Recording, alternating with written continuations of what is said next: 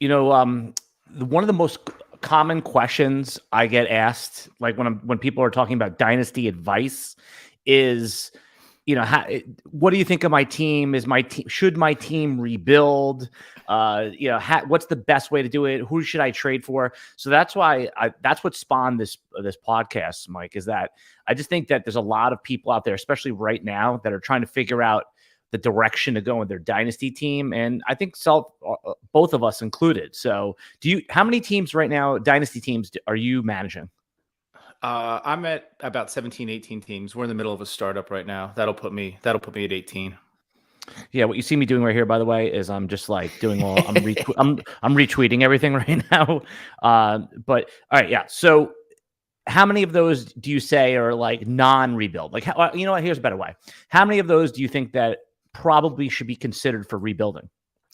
So I would say a decent chunk of those I arrived upon during the era of COVID, when everybody was kind of in their home, didn't really have much else to do. The world was kind of, in this odd stage. So a lot of them are in the early stages. So I don't know that they're necessarily qualifying for a rebuild at this point. I pride myself on being a pretty methodical, a pretty good drafter.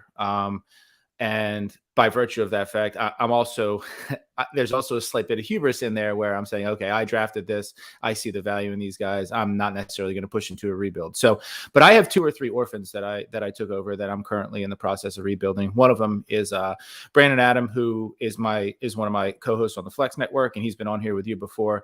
I took over an orphan in his league, and it was the Titanic. The previous owner was like the band on the deck of the Titanic playing Near My God to Thee as the ship is sinking. So it was brutal. And I took that over mid-season. This will be the second draft that I've gone through and done. So I would say I have about 2 or 3 that are working into rebuild. You bring up like an excellent point. And I was talking about this with somebody else this week, that there's the art of rebuilding takes on 2 totally different meanings, depending on if you did the startup draft yourself and the team is just tanked, or if you're taking over an orphan. And the obvious reason is you're not going to have any emotional attachments to the players when you pick up an orphan. You'd be like, you don't have to say like, oh, I spent the first, that year N'Keal Harry just like, face planted. Now he obviously doesn't even get drafted in a lot of these startups. But if you took N'Keal Harry at the 101, and you take over a rebuilding team that has him on there, you're going to ship him out right now while he still has some value. This is going back a couple of years ago. Whereas, if you drafted him in the top 2 picks of your rookie draft, you're going to let me wait and see a little bit. So that, I think, is what's interesting. I've never taken over an orphan team because I don't want to clean up anyone else's garbage. But now that I've been playing Dynasty for over a decade, I have 30 teams. I think that's the next logical step for me. Is how have you enjoyed the cleanup process? Do you find it? Are you enjoying that? Yeah, I actually am. And I think being in so many leagues, you obviously have managers, you have attrition that occurs naturally for one reason or another. So you see teams that'll drop out, new owners that will come in. And typically what happens with the new owners that come in is the first thing they do is they throw everybody they put everybody up for trade. And then they go through and they make trade. And I get that. Like, they're like, they have their guys. Everybody has their guys. I like this guy. I like this guy. I hate that guy. I can't believe this guy's on my roster. And I don't necessarily go through it that way. I didn't approach it that way. I'm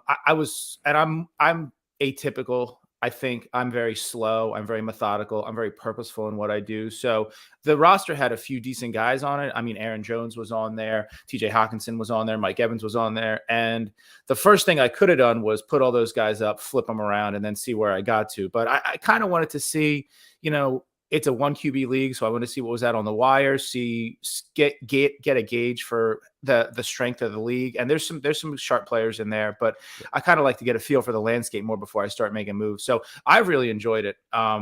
You hit on something good right there. Is that when you're doing dynasty trades, when you take over an orphan, or if you come into a new league, is really surveying the personalities, seeing who you're going to be able to trade with, slow playing it. And that is when we get into our tips, because I don't want you to go further here, because I actually want to do a little history with you first, is that there's the typical way people take over a team or try to do a rebuild is that they sell off their older players for picks. I have thought of a different way to do this, or just an alternative way to complement or supplement that core strategy. So, but before we do that, what I want everybody to know is I'm here with Mike Dickinson from the Flex Network. You could check out their pod. Everybody knows the Flex Network who listens to this podcast because we have you guys on all the time. But I wanted to start with Dynasty philosophy. Let's take a startup, for example. On this podcast, we only talk about Superflex leagues, not only, but we talk about things in terms of Superflex leagues. What is your Dynasty philosophy when you're in a startup draft? And the reason I'm asking you this is because this will lead into our 5 tips on how to rebuild a team, which we're going to get to. Okay, so Dynasty philosophy, you're in a startup. I know in the beginning you're going to pick quarterbacks, like if you're in the first 2 or 3 picks, but overall, what do you want to come out with and start your base build in the first few rounds? So I don't necessarily go in with a set strategy, and I don't necessarily know how my team is going to look coming out. I am more read and react when I'm in startups. So this one that we're in the middle of right now, I was picking out a 7 spot of the first 6 picks ahead of me.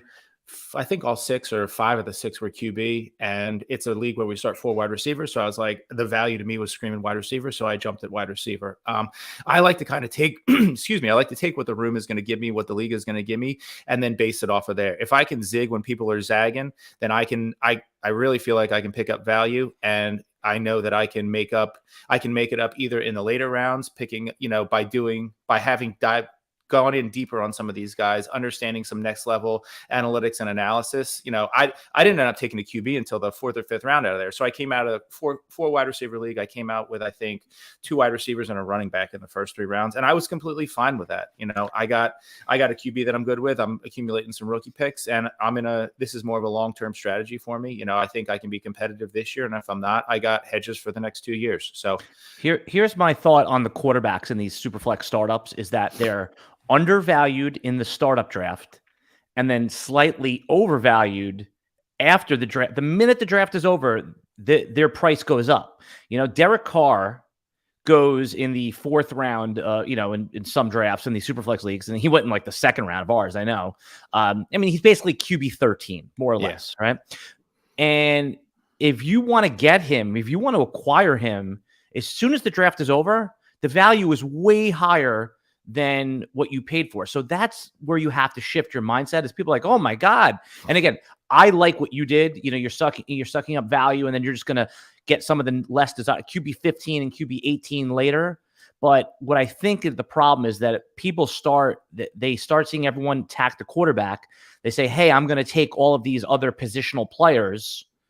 And they forget that at some point, you're going to have to take a quarterback you don't like, or else your whole dynasty career is just chasing like the Mitch Trubisky's and Mariotas and just trying to get something. And then because you cannot win without 2 solid quarterbacks. You can, but it is very difficult. If you have your whole team in place and you're just rolling out Daniel Jones and Tua from last year or Zach Wilson, it's just not going to work. So you do have to, again, I'm all for what you did. Who were your 2 quarterbacks that you ended up with so far? So my starters right now I took Kirk Cousins as my QB1. Perfect. Stop there. Perfect. Kirk Cousins, unsexy. He'll do the job. You don't have to worry about Daniel Jones. Kirk Cousins is not going to kill you. So that's the way to take up position players. Yeah. And then who was the second one? My second one is I have Mariota and I have Jameis Winston. Fine. You can like in single quarterback leagues, you toggle through running back 2. Mm-hmm. I think in Superflex leagues, there is a strategy of toggling through QB2. If you pick up the Andy Daltons, you pick up all of the backup quarterbacks, because there's more quarterback injuries, it seems, lately. Yep. I also have 107 and 109 in the rookie portion of the startup. So my philosophy is, and I'm in this league with you, but I'm fine throwing out my philosophy. I'm going to take a quarterback at one of those picks in all likelihood. Yep. I'll see how the value drops to me. I'll see what their draft capital is.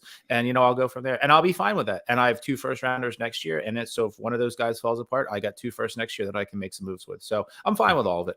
Okay. All right. So let's get to our topic here, because there's a lot to talk about. Anyway, my dynasty philosophy, similar to yours, take the best player available. I do like to come out with at least 1 quarterback in the first 2 rounds. I don't mind, like, if Jamar Chase or your favorite wide receivers there in the middle of the round, or Jonathan Taylor, taking an older quarterback, because if you take Aaron Rodgers, everyone's like, oh, he's 38, but he just signed a new contract. He's going to be there for 4 years. So you're going to have 3 years of Aaron Rodgers, which is, can you tell me for sure that Josh Allen's going to be the starting quarterback in 3 years?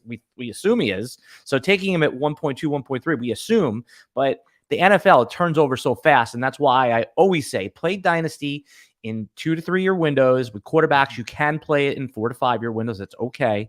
But you just have to be careful. Things turn over quicker than you think. All right. Rebuild. First thing, when I asked you about this, you said you have to, what's the first step in AA, Mike? You have to, you got to admit that you have a problem. Yeah, admit that you're a problem. Okay. So I have a problem admitting I have a problem. Talk a little bit about like that awareness of looking at your roster. I mean, you gotta, in all aspects of life, and we're going to get largely philosophical here. You got to have some level of self-awareness. Like if you think you're still the same dude you were when you were 18, you ain't. Your clothes don't fit the same. You don't have the same swagger. You don't have the same game. If you think your dynasty roster is one day going to magically turn around, I got news for you, brother or sister. It ain't. So understand that you've been out of the playoffs the last 3 years because your team probably just ain't that good. And hopefully you've been accumulating some draft picks. You probably made some decent trades. You probably made some bad trades, but understand where you're at. If you've missed the playoffs and you've missed them big time in 2 of the last 3 seasons, you probably need to undertake a rebuild. Okay, so you outlined earlier the most popular thing to do when you're trying to sell off older players for picks, right? You look at Aaron Jones, the 27-year-old running back who's probably going to be productive this year. The DeAndre Hopkins, Mike Evans, those are the perennial older guys right now that get sold for draft picks. I definitely think you need to do that, but also the time of the year to do that is not right now, meaning in the pre-draft. What you want to do with that specific philosophy, and I think this is where people make a mistake, is you want to sell those guys in season after the big game when they're actually producing. DeAndre Hopkins' value today, which is the beginning of April, is not going to be the same as it is in week 2 when he goes 6 for 80 and a touchdown. Yeah. And it's interesting. People have to understand the way that the value timeline kind of flows. Like there's nothing more valuable right now. This is startup notwithstanding. There's nothing more valuable right now than rookie picks for the class that's about to be drafted. People covet those more than anything. Shiny new toy, right? Yeah, I mean, that's... Yeah, it's Christmas morning. Like, oh my God, where's Breece Hall going to go? Oh my gosh, I can't wait to see who the first QB taken is. Like, everybody's so stoked for it, and you should be. It's as football guys, the NFL has done a great job of engaging us year round and making it a 365, 24/7 news cycle. But like the first day of free agency, the opening week of the season, the draft, like those are our benchmarks, and those are things that we're excited about. So capitalize or don't capitalize on that excitement that you got, that tenor that you have building within your league. Understand that like those rookie picks are extremely valuable now. You're going to overpay for them and the veteran assets, like you said, are going to be undervalued. Once you get into season, then the rookie picks for 23, people don't give a crap about it because they're not thinking about that. They're thinking about, I got to win week 2, week 3, week 4, so I can make my playoff push, so I can try and win this league. So you can steal value. And as a sharp dynasty player, you're already looking ahead to 23, 24. You understand what that draft class looks like, and you understand that flipping a DeAndre Hopkins now, while he may be producing for you at a wide receiver 2 level this year, if you can get a 23 first out of him, that asset is going to deliver for you in spades over and above what you're going to get out of Hopkins for the next 3 years. But also think about this. Let's say you sell DeAndre Hopkins, right? You trade him away. We're using him because he's an underproducing, proven producer, right? And you trade him for the pick 108 or 109. And, who's that? Chris Olave, again, who I love. It could be Pickens or, who's wide receiver 4 in your rankings right now? I'm just to throw a name out there. You're not stuck to this. Probably Drake London. Okay, so London's 1 or 2 on most boards. That's not consensus. So you're not going to get London at 8. But I'm just saying you're right. So just say it's Jahan Dotson or one of these guys that's going to be a late first-round pick in the real NFL draft. That's fair. Just wide receiver 4. Yep. I would take that bet anytime, wide receiver 4 or DeAndre Hopkins. I'm on the Hopkins side. Who's going to produce more over the next 2 years? And if you're playing Dynasty in 2 to 3 year windows, that's what I'm saying. It's like it's not a wise sell in my judgment. Now, if you're a complete rebuild, again, you have to be patient. The name of the game is patience. I don't have patience. I don't have the stomach for a rebuild. So I'm always looking to basically and this is a leak in my Dynasty game, is I'm looking to put something on the credit card, charge it to the future just so I can be competitive in this year. And there's nothing wrong with that. There's one of me in your league. And there's also a lot of sharp strategists like Mike in your league who are going to be patient.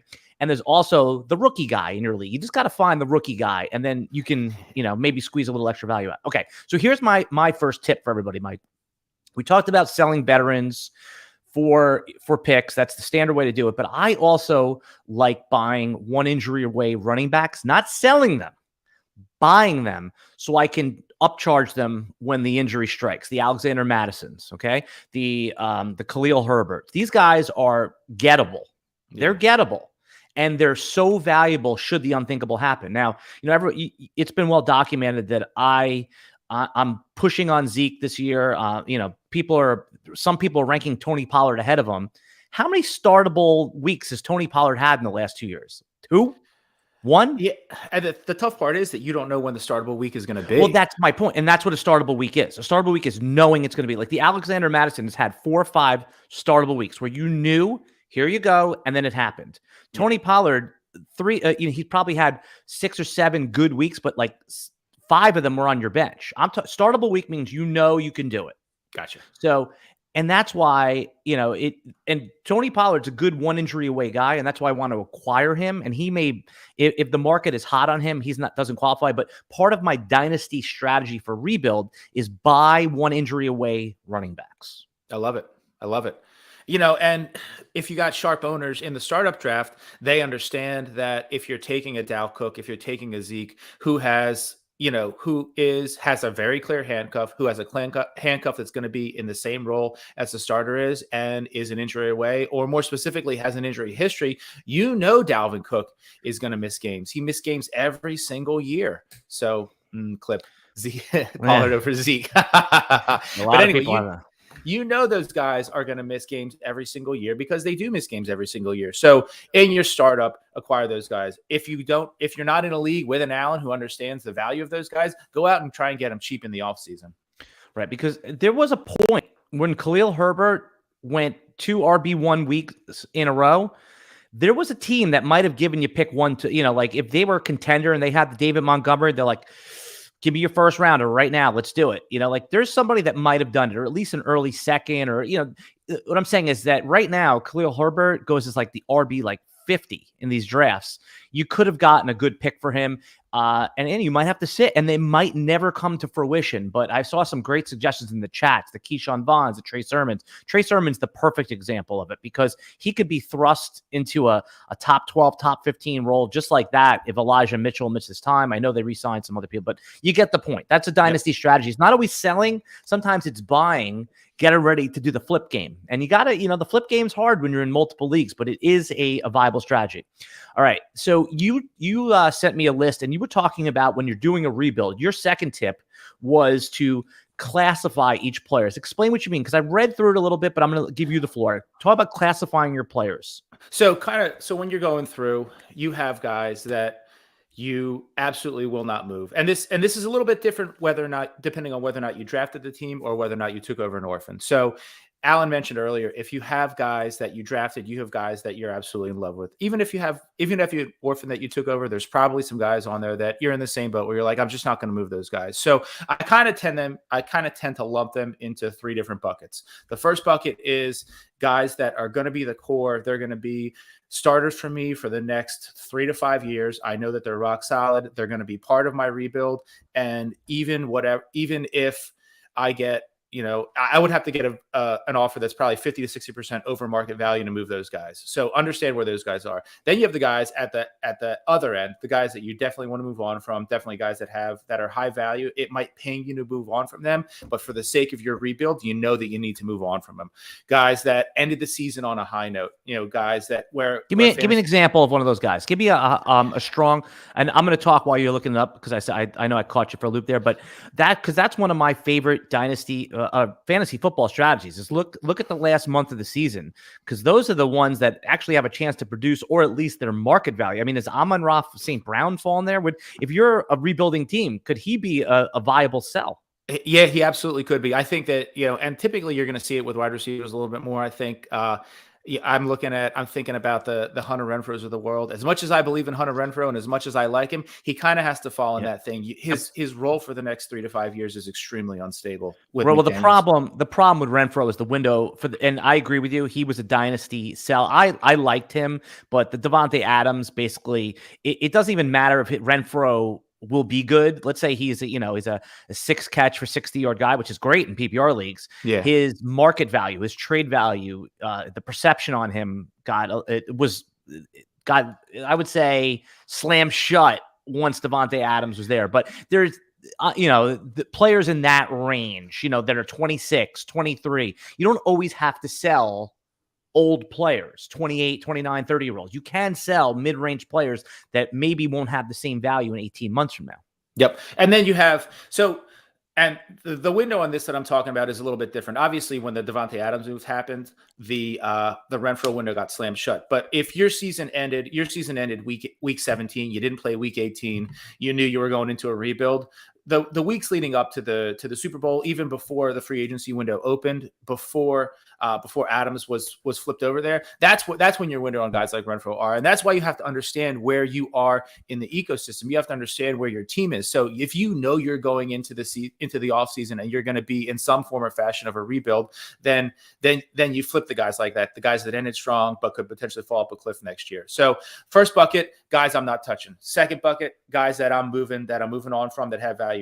The third bucket is always the biggest and it's the most fungible. So it's the guys. Wait, can I back you up a minute? Because you're saying so much good stuff here. I don't want this to go unnoticed. You said guys that are untouchable. Give me just an example of one player who there is no way you would ever sell, no matter what the situation. I mean, obviously, if someone is going to, empty out their bank vault, you would. But who's an example? Emotionally for me, it's Javonte Williams. I've had crazy offers thrown my way for Javonte Williams, and I'm like, I have him on teams. I drafted it. I was higher on him earlier than a lot of my league mates were. So I have him a lot of places. He's actually my first. Looking at my Dynasty roster, he's my highest owned player. I think I have him in 7 of 18 leagues. What's the best offer you got for Javonte? The best one? It was in season. It was a first and another player. So I think people understand. That's not good enough. No, that's not nearly good enough. So for me, he's an untouchable. And everybody has guys like that. For Brandon Adam, that guy is probably in the. See, I think that's a leak in people's games. They get too emotionally attached to a player. See, I don't feel that way about any player. Like if somebody came to me and said, I'm trying to think of my favorite fan, I would say Josh Allen. I've been on him for a while, but let me think of a early guy like that. Like there isn't a player that I wouldn't trade away if I feel like it's bettering my team. I know, Clipboard Jesus said in the chat that Pitts. That's another. Javonte, by the way, you're not alone. Javonte is a very emotional player to a lot of fantasy players because they want him to happen so bad. But until it actually happens, I mean, just think about it like this. You would not bet me a significant amount of money that Mike Evans doesn't outproduce Javonte Williams here. You could say, oh yeah, it's probably going to happen, but you're not, Mike Evans is a year in, year out Hall of Fame fantasy producer. You know my point. You get my point here. I get your point 100%, but I think that it's part of it is the fact that it's our team and you're building it and in our vision. So whether it's my team, like this is how I want to win. I want to win with these guys. It's very, very difficult to be 100% pragmatic with everything. I wish that I could be. And I feel like in my life, I am more pragmatic than emotional in most things that I do. But at the same time, I don't know. I want to see Javonte crush it and I want him to crush it on my teams because I've been in on him early. So that's where, and like you said, it's a leak in my game. It's a leak in a lot of fantasy managers' games. And if you can exploit it, by all means, go ahead and exploit it because you could probably flip me Javonte for more than somebody else is willing to pay. Well, there you go. And that, you know what? And I think that's a good dynasty point. Now, me saying that that's a leak in your game, it's not a dig at you as a fantasy player, because obviously the reason I have you on here is because I think you're one of the best fantasy players out there in the dynasty game. It's the absolute truth. Every trade you make, every move you make, I'm always like, ooh, that's a good. You think about things in a different way than just traditionally do it. The way you negotiate trades, and we probably have you back from when I do the Art of the Trade podcast, because I think you really have this down. Thank you. You and I have talked about that. But so when I say a leak in your game, I'm talking to the larger you, because getting detached emotionally from any player is always a good thing, because the less emotion you have, it's like, if you just think of it as trading a stock or a commodity, obviously you're going to what's the best power in any negotiation, Mike, right? The ability to walk away. Yeah, absolutely. So, dude, I walk away from so many trades and trades that I initiate too. Like I'll send an offer out and guys are like, boom, boom, boom, this is my return. I'm like, nah, I'm good. And I think it frustrates a lot of people. Yeah. Well, you know what? So what? Let them be frustrated, because that'll make them come back, right? Yeah, right. Absolutely. So the next thing I want to talk about is about when people try to rebuild, they underestimate their ability to be competitive that year. So that's kind of the opposite of what you were talking about, the self-awareness to know when you need to rebuild. I think that most dynasty players actually have the opposite problem. Now, the first thing that you highlighted in the beginning, step one, which is understanding that you're in a rebuild, you're talking to me. I'm the guy who always thinks I can be competitive when I have a garbage roster. Okay. So that was helpful. But I think most dynasty players fall into the I need to rebuild now. And meanwhile, if you look at their roster, you're like, oh, wow, this is at least a top 6 roster. Maybe it's team 7, team 6. And there's always this dynasty philosophy where you don't want to be stuck in the middle, right? Yeah. It's okay, because if you make the playoffs, all fantasy football, you just need to get lucky for 3 weeks, and it can happen. It does happen. It's happened to me. It's happened to me, where I've been on the bad side of that luck. So I just think, just make sure before you blow it up, you understand that you can be year one competitive.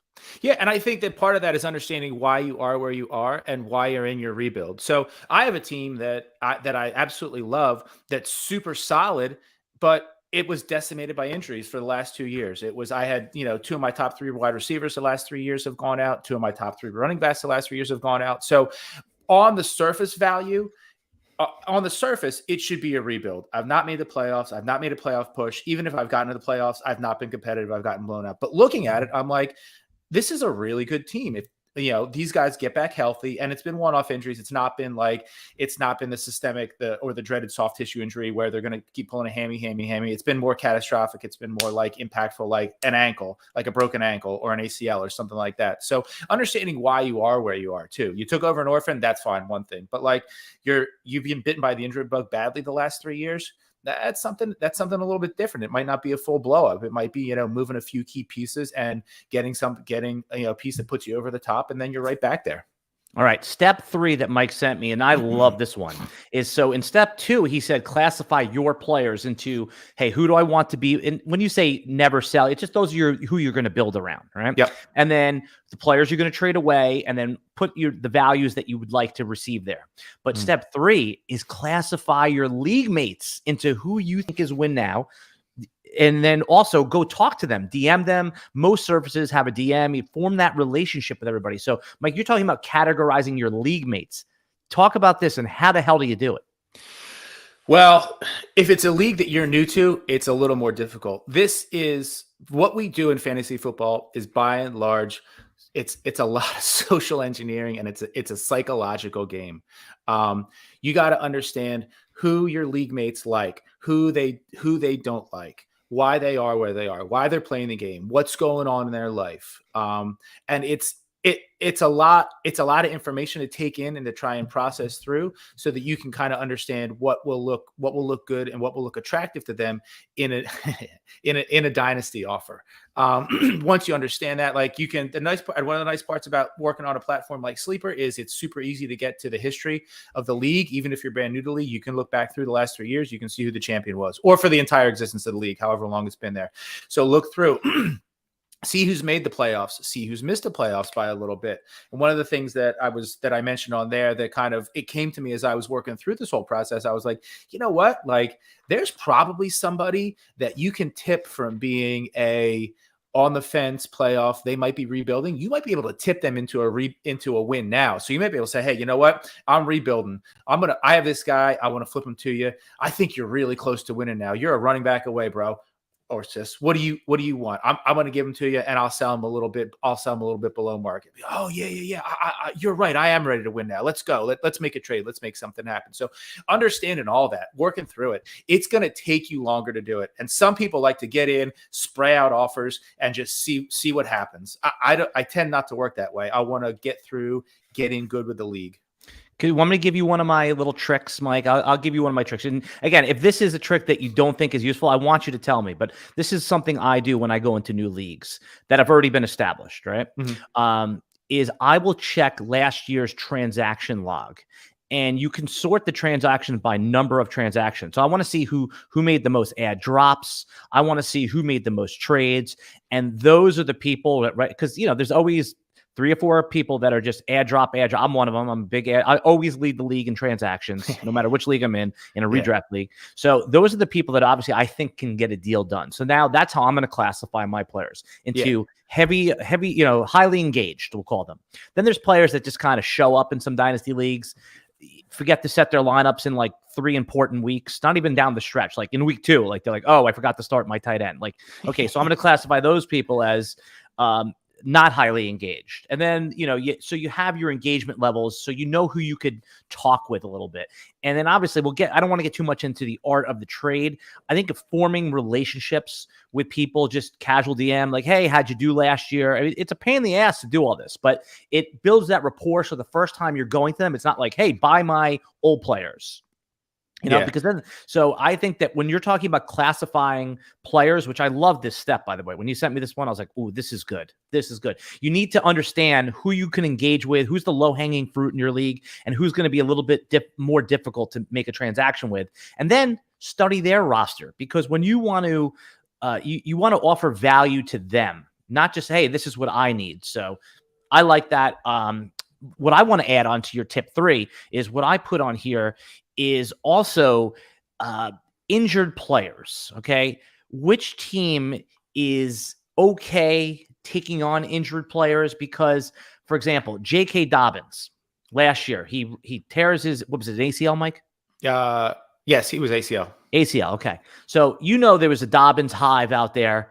So the Dobbins hive is like looking to buy, but he's the type of player you don't necessarily have to get on a discount. So where are you at on buying injured players, trading away injured players in the course of a rebuild? So for me, it depends on the nature of the injury. If it is, so you look at a career like, and he's obviously not relevant now, but you look at a career like Alshon Jeffrey. Alshon Jeffrey and Julio Jones, more recent memory, is guys that were plagued by soft tissue injury. It's a hamstring. It's a quad. And those are the type of injuries that perpetuate. McCaffrey could start to be lumped into that. And that's a different topic for a different podcast. But then if you have the one-offs, like the ACL or the broken arm or the separated shoulder, like those aren't injuries that will perpetuate other injuries. So it depends on where they are, how many times it's happened, what the nature of it has been. And if I think that, and what my draft capital looks like for the next year. So if I've taken on an orphan and I'm front loaded on draft capital for this year, for this current year, but I'm weak the next year, I'll be more likely to take on an injured player of the Dobbins, of the Akers ilk, with the understanding and the hope that when they bounce back next year, I won't need to draft an RB1 because I picked up an RB1 for a wide receiver 2 or 3 because the owner was in a win now mode. Okay. So this is one of my dynasty rebuild tips for you, is that you don't want to necessarily sell. We talked about not selling your veterans until in season.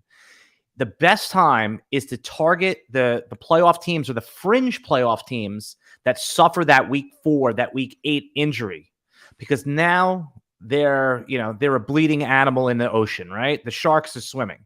So this is where that you can use that injury guy to maybe acquire him if you are rebuilding. Again, so rebuilding, everyone always thinks sell, sell, sell.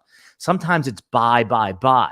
So if you were a Dobbins guy, and okay, Dobbins injury, ACL, these guys come back from ACLs like they're bruised elbows now, right? It's it's shocking. It is shocking. So Cam Akers, everyone's like, oh, look, he came back from the Achilles. to me, that's not coming back so great. Like I'm dubious. But what's funny is that if Cam Akers, by the way, never came back, that we would still be valuing him high. Like right now, everyone values Travis Etienne high, but there's no lock that he's going to be back healthy. So topic for another day. Yeah.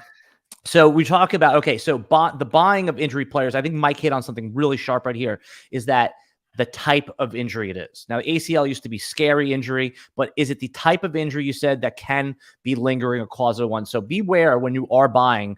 And again, I think that the tip ties into the other two that we just started above it, which was don't always look to sell. Sometimes you're looking to acquire players. All right, your next step. Actually, you know what? I'm going to throw in my next step here, and Perfect. then we'll go back to that. Okay. So diversify the years that you're acquiring draft picks. And this is what I mean. So right now, the narrative is 2022 class is terrible, right? I mean, obviously, I'm exaggeration with clarification. And the 2023 class is the best class that's ever going to be invented in the history of fantasy football. Now, we know those two things probably aren't true. That after we evaluate these two classes in 2024, they're probably going to be a lot closer to each other than we imagine. So tip number 3 for me is don't follow the narrative and don't overestimate your ability to know which class is going to be good and which class is going to be bad. Yeah. Because at the end of the day, these guys are all like top level elite athletes, and things can happen over the course of time. Like I think that going into this season, everybody thought that Spencer Rattler was going to be the QB1. Like they thought he was going to crush it. He was in the Heisman conversation. And now for those who don't follow college football, tell them where Spencer Rattler goes. What college? He was at Oklahoma and now he's at Texas A&M. Okay. I mean, honestly, I'm saying that like people know, like I don't know. I don't follow college football. I start my rookie study after like around the Senior Bowl. So admittedly. Please don't hold me to that, because I'm in that same boat. But I know that he was a hot name, and it all fell apart for him. So if you're making trades with specific players in mind, I'm not going to do this now because I'm going to take this guy next year. I'm going to take this guy this year. That's a difficult process to undertake, and it's a difficult proposition. So, get it spread out. There's going to be good talent every year. I think, going into looking in February of last year and back to Javonte Williams, nobody even really knew who Javonte Williams was. He kind of percolated up over during the course of this process. So if you sold off if you said, well, I don't want my late first in 21, I'm going to flip it to an early second in 22. Well, thinking you were going to take Breece Hall, well, you missed out on somebody like a Javonte Williams. And, you could have been there a year early. You could have the guy on your roster. You could have had him locked and loaded and, not waiting on that whole process to play through. So it's like with anything, putting all your eggs in one basket is a tough proposition. You want to hedge and you want to spread it out all the way across. Yeah. And that's the other thing is that these picks, they're less valuable the further they are out. Like right now, if you were to offer someone a 24 first, not 22, not 23, they're almost not going to value it as a first round pick. Yeah. But right now, they're gonna highly value 2022. There's a lot of value in the right now, because a lot of times is when you draft a wide receiver in any early rounds, you're going to have to wait. I mean, we get spoiled with Jamar Chase and Justin Jefferson. They produce right away. But at the end of the day, it's like a lot of times you're going to have to wait. I mean, Mike Williams was a top 5 rookie pick. He finally came on the beginning of last year. He was a top 13 wide receiver, top 12 wide receiver. But we're still like not sure. He doesn't go in the first couple rounds of dynasty startup drafts. So what I'm saying is that it does take time. So you want to get that clock started right away. And especially in leagues where you have big cut downs. I mean, a lot of leagues we play in, 30 deep roster, 10 taxi squad, sure, stash everybody, no problem. But also bring it back to my point, which was diversify your pick years. Don't just say, hey, I'm going to load up on the 23 class. So that would be my next tip. All right, we're going to go into anything to add on that before we go to the next step? Nope. Love it. Okay. All right. Step 4 in your dynasty rebuild. And by the way, I mean, it's going to be in the video description below, but I'm here with Mike Dickinson from the Flex Network. I'm Alan Seslowsky, RotoWire. And we're going to continue with our 5 steps to rebuilding your dynasty team after a quick word from our sponsors. And we're back. If you were on the stream, you didn't have to listen. But if you're on the podcast, it's just how it goes. You got to pay some bills here. All right. So step 4, Mike sent me a list and said he wanted to mass put out offers, and he has to understand that all of your offers are not going to get accepted. In fact, most of them are going to get rejected. So talk about the type of offers you want to put out. Do you fall under that philosophy when you're rebuilding that you're just going to overshoot and then say, hey, no offer of my first offer? Or do you put realistic offers out there when you're rebuilding? So this ties into my third, and I think it was my third point, where understand your league, know the guys that are in your league. So if you have somebody, and it fits into what Alan said as well, where you can go back through and you can look at transaction histories. If you have somebody that hasn't made a trade the entire time they've been a dynasty manager, don't throw an offer out to them, because as the new guy into the league or girl into the league, they're probably not going to take you up on it. So what you want to do is have that understanding of the personalities in your league, make offers based on that. If you have guys that execute a lot of transactions, guys that constantly are trading people, flipping people, adding, dropping people, then by all means go ahead and put offers out to them. But with the guys that you know that you want to shop, put them into different packages and send them out to different offers. So on one, you may be selling Amon-Ra St. Brown and a second to try and acquire a first in 23. On another one, you may have Amon-Ra and you may be looking to pick somebody else up off that. So like put those players into different packages, send them out to different managers, but understand their rosters and understand where they are in their framework. So you're not going to put a quasi rebuild offer out to a win now manager. It doesn't make sense. But you're going to put those same players and those same picks into a bunch of different offers packaged up differently to other players. And then, okay, I want to add on to that because that's a great point. That's a great point. Be okay. Next step in your dynasty rebuilder here, but this is more like a footnote to Mike's spot. Be okay taking 80 cents on the dollar. You don't always have to win every trade. If it gets something done and you know a player is just, it's the market is what the market is. You only have 11 possible, if you're in a 12-team league, you only have 11 possible trade partners. And you might be in another league and say, hey, I was just able to sell Amon-Ra St. Brown for a first and a second. And, or I was able to get Amon-Ra St. Brown for Michael Pittman in a second. Someone said, what? The pick should be on the other side. What are you talking about? What I'm saying is in different leagues, there's going to be different values. So just remember that the value of the player is only as valuable as those other 11 players see him, not if you see him. And if you don't see it that way, you got to hold. It's okay to not rush that trade, or sometimes you're going to have to take 80, 90 cents on the dollar. And honestly, if you put a trade out there and they say no, you're no worse off than you were before. Okay, they say no, go back to it. If they don't want to go back to it, move on to somebody else. It's difficult not to trade emotionally because we get a lot tied up into this. We put a lot of effort into this. We put a lot of time into this. We want to win. These are our teams we want to win. But at the same time, you can't get your feelings hurt if somebody says, no, I don't see that the way that you're seeing it. It's okay. Well, I say this, I see trades go down in leagues a lot of times, and I'll DM a manager and be like, can you walk me through your process on that? Because I don't see that trade the way that you saw that trade. And right. I'll say, well, it was this and this. And I want to make sure that I'm not missing something. Right. And that's why in our main league, when I say main, it's like one of our just high dollar leagues. I don't know if it's your main league, Mike, but we have a safety net in for trades, because one of the things that really demoralizes trades in dynasty leagues is lopsided trades. And again, that trade may not actually be lopsided, but if sometimes it's just so obvious. And what we do, again, not to go off on a tangent on our league, but we have, when a trade gets posted, when a dynasty, it gets posted on the board as pending, and then all of the other dynasty managers, the 10 of them, have 24 hours to beat that trade. So if, say, for example, you and I have a trade and it's a Superflex league and I have Pat Mahomes for Jalen Waddle. What?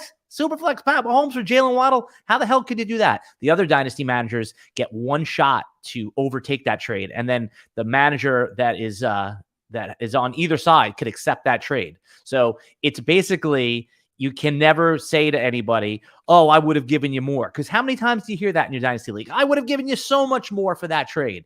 Yeah. It doesn't happen in our Madden league, where it's our high dollar entry. Dude, I remember when I moved to Sean Watson, you had me on the phone trying to justify your reoffer for it. I remember it as clear as yesterday. Yeah, I mean, But listen, I think it's a great thing. I think it's a great safety net built into the league because you do avoid those lopsided trades. right. And again, it's, you could say, well, we're all big boys, trades are trades, but it also, first of all, it creates more engagement.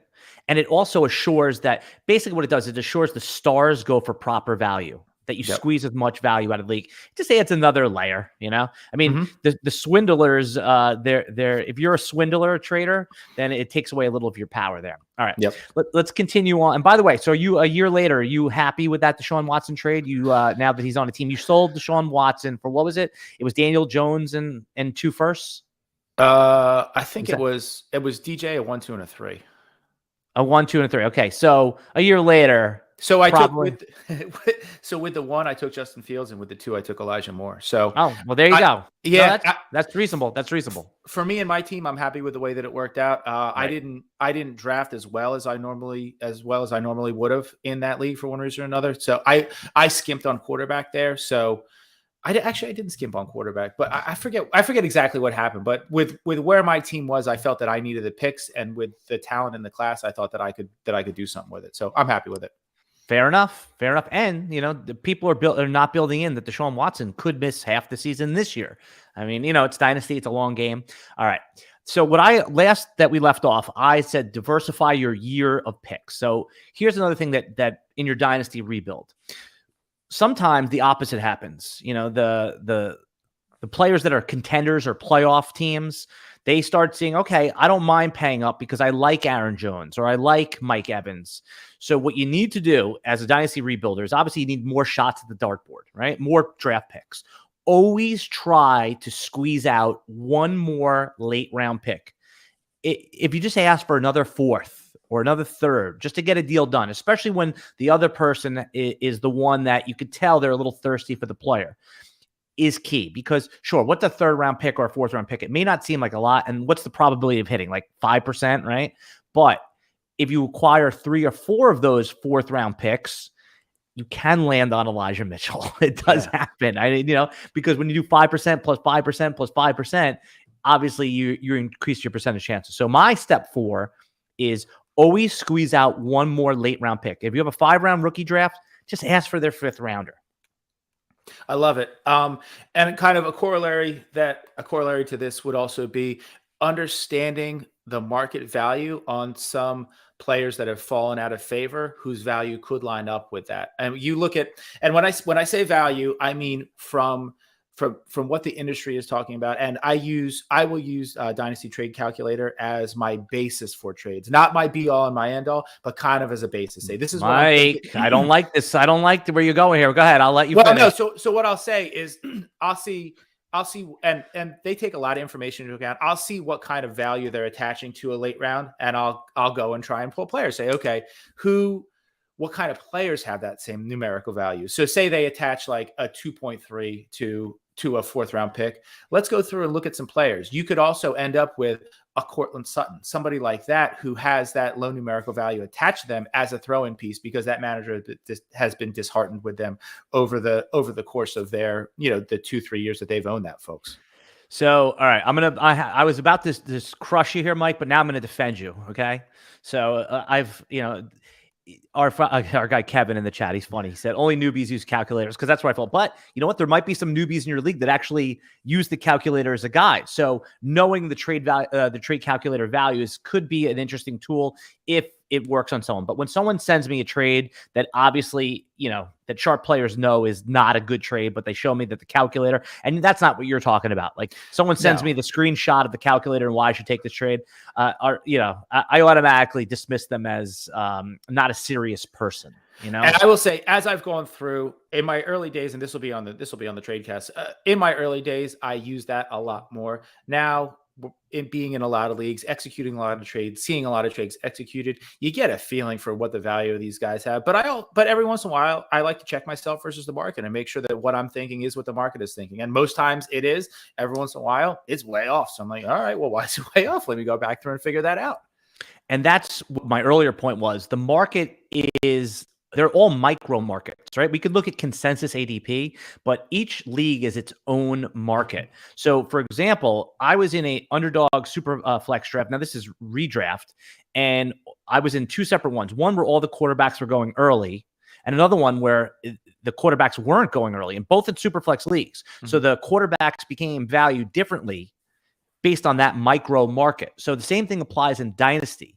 If there's teams that are valuing players a certain way, that's what they're valued. It doesn't matter what other leagues or the consensus experts are doing. So understanding, and that's another kind of add on to tip 4 here, is that understanding micro markets, the market of your league. All right, as we're starting to come to the end here, Mike, I want to finish up. You were talking about in your step 5. I love this because this is the one I need help with. This is the leak in my game. You wrote, be realistic about the timeline and the scope of your rebuild. If your team is just totally a mess, it won't happen. So you have to be patient. Big leak in my game. If you're a QB or running back away, you might get there this season. If you know you're multiple years out, and again, that's why I want you to tell me, how the hell do you know you're multiple years out? Capitalize on the depressed value of next year. Take this away. Explain this one. So part of this is feel. You got to be able to feel your way through the roster, feel your way through the league, see if teams are really, really heavy loaded with talent. Like if you got a league, if you're in a Superflex tight end premium and they're rolling Pat Mahomes and Jonathan Taylor and Travis Kelce and Cooper Kupp and Devontae and those guys, you're like, all right, with my team, I'm not going to get there. But if the talent at the top is more spread out, if there's been a different winner the last 3 years, if the highest score in the league has been different the last 3 years, you might be a little bit closer than you realize. So that, again, this gets back to understanding the league, understanding the dynamics of the league, and just understanding in general how the league operates. So as Dynasty owners, we're in this for the long haul. We know that when we sign up for a startup, we're signing up indefinitely. And some of these leagues fold in 3 years. Some of them are still going after 30 years.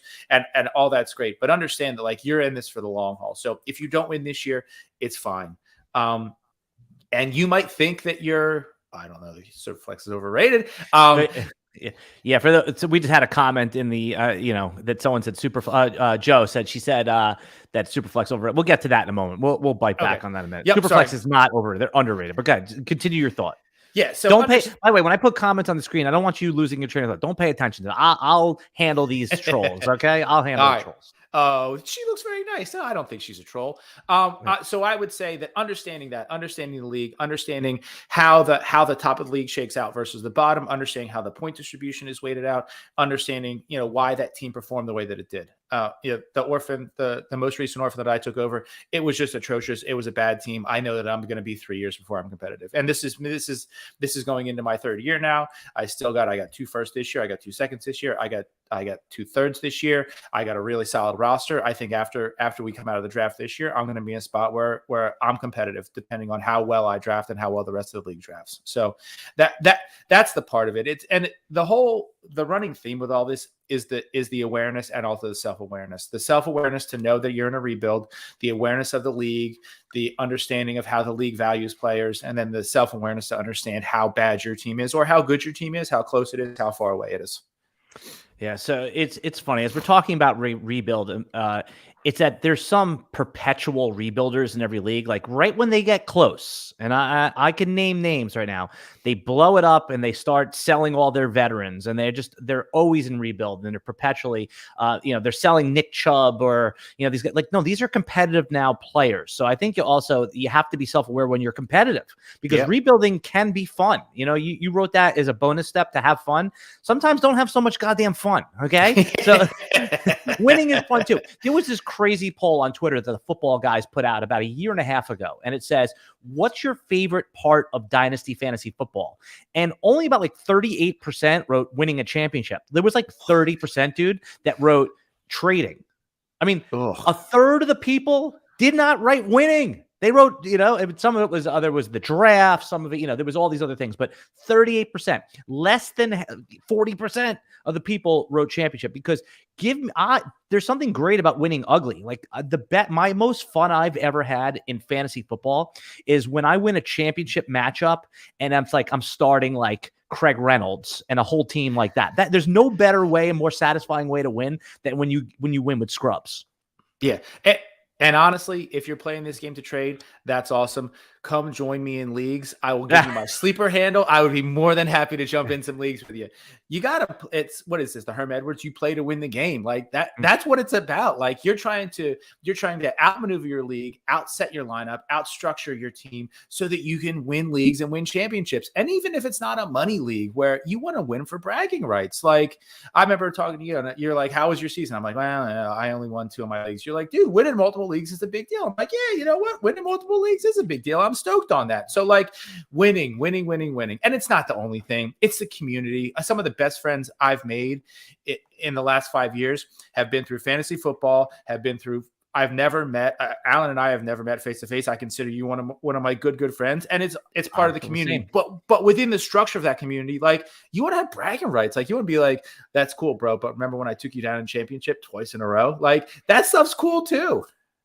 Yeah, but I'm going to underline what Mike said here, and that the Sleeper app, for those of you who play on Sleeper, that Sleeper was actually built to be a social media app that, oh yeah, you play fantasy football on. Like it was meant to be WhatsApp or what's some of the other ones, Telegram, or that. It was meant to be that. It was meant to be a chat app. And the designers of Sleeper, if you listen to this great interview that the CEO of Sleeper did, he was saying like, what was the one way is that he said, when I'm in a dynasty league or even a redraft league, I talk to the people from my fantasy football league all year round until football ends. And then we stop talking, those email strings. So if I can keep everybody on the app talking all year round, now I've created that sense of community. And that's really what it is. You hit on that key point, of course. And by the way, don't play in any free leagues. That's the one part I'm going to disagree with. No. Yeah, because crazy stuff happens. It's, you need stake in the game, right? It doesn't have to be for money. It could be for something of value. But I mean, listen, that's why we love best ball leagues, right? Because even the stupid $3 entry, like we're interested in the draft. You remember the days of mock drafting before best ball? Oh like my God. Someone would take Tim Tebow in the first round and then leave. You're like, oh, this mock draft is ruined. It happened all the time. So yeah, that sense of community.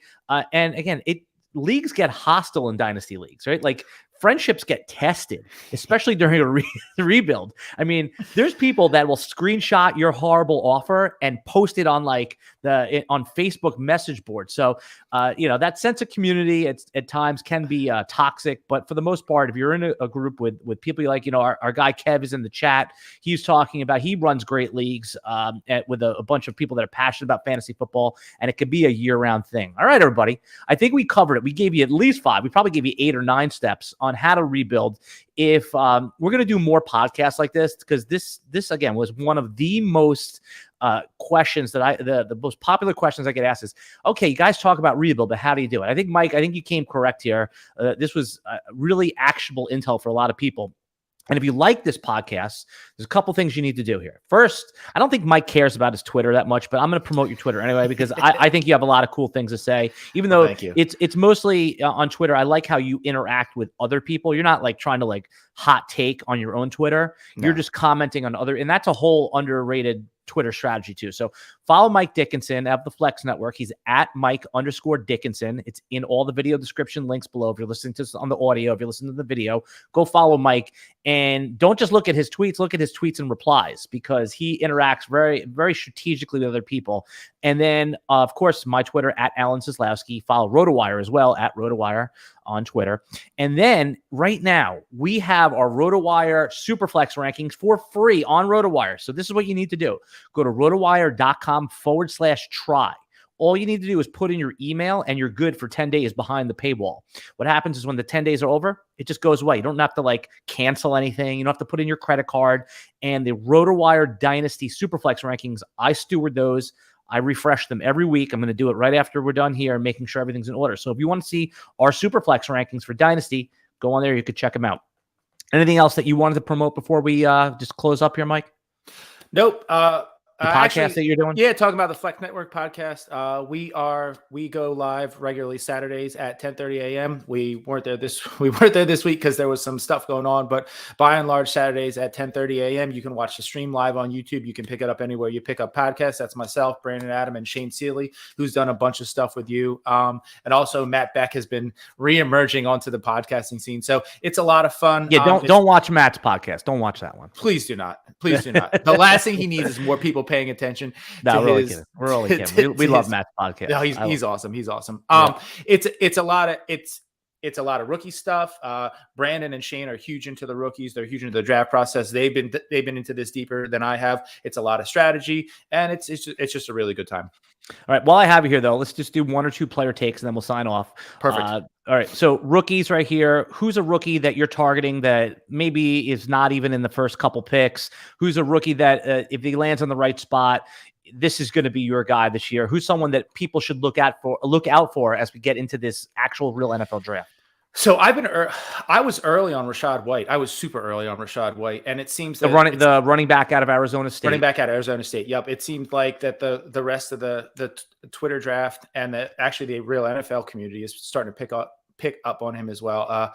Cody Carpentier from Player Profile was on with Shane on the Flex Network this week, and he said that Rachaad is now his RB3. So I might have to pivot to somebody else. I got a couple other guys that I'm looking at. Isaiah Pacheco. By the way, with Rachaad White, I've been watching him, and I'm a little bit off him. I'm worried more that he can end up being like a Kalen Ballage than he can be a top 3 running back in this class. Now, draft capital is going to determine how I rank him. Yep. That's kind of an obvious take, but I could see Rachaad White being like a 5th or. Oh, Alan's lagging a little bit there. I don't know if I lost him or if he lost me, but he said he's talking about Rachaad White, I think maybe going in and being a 5th round draft pick or so. Somebody else, a couple other running backs that I've been looking at. Zamir White is somebody that started to pop up a little bit. And then looking at some other folks, there is Isaiah Pacheco, who's a running back out of Rutgers. If you can go online and watch a little bit of tape on him, his highlight reel is super, super interesting. Rutgers is didn't have the strongest line this year. They had some issues with their line, but he's made some impressive plays. Another running back that tested really, really well that I have not gotten a chance to dive in. Can you hear me, Mike? Yep. Yeah, I got you. Sorry. Yeah, my power went out, so I'm on my cell phone right now. Oh man. All right. I hope I did. All right, let's just end the podcast there, okay? All right. Perfect. Sounds good. All right, buddy. I'll talk to you later. All right. Thanks. See you.